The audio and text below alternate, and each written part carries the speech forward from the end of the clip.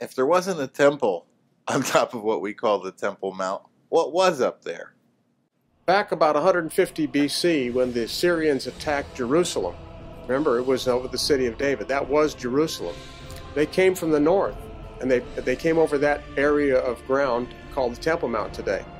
So Simon the Hasmonean hated Antiochus Epiphanes, who was the king of Syria, so much that he ended up building a fortress up there after they liberated the temple area, or Jerusalem, from the Syrians. So it was called the Barras, and then that was to defend Jerusalem, which was to the south. Because Jerusalem today that you see walled in, that isn't Jerusalem. The Jerusalem of old was 15 acres. That was it, with water. You build a city near water, you build a temple near water.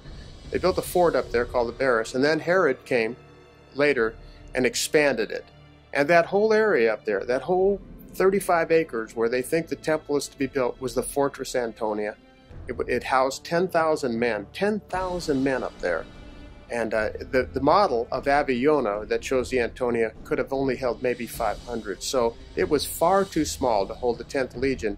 And the 10th Legion was up there for 300 years after the destruction of Jerusalem, up until the time of Constantine. They were the guys that actually attacked Masada when some of the renegade Jews fled to the Masada fortress. The 10th Legion were the guys that went up there and took 3 years to capture the Jews, who many of them committed suicide.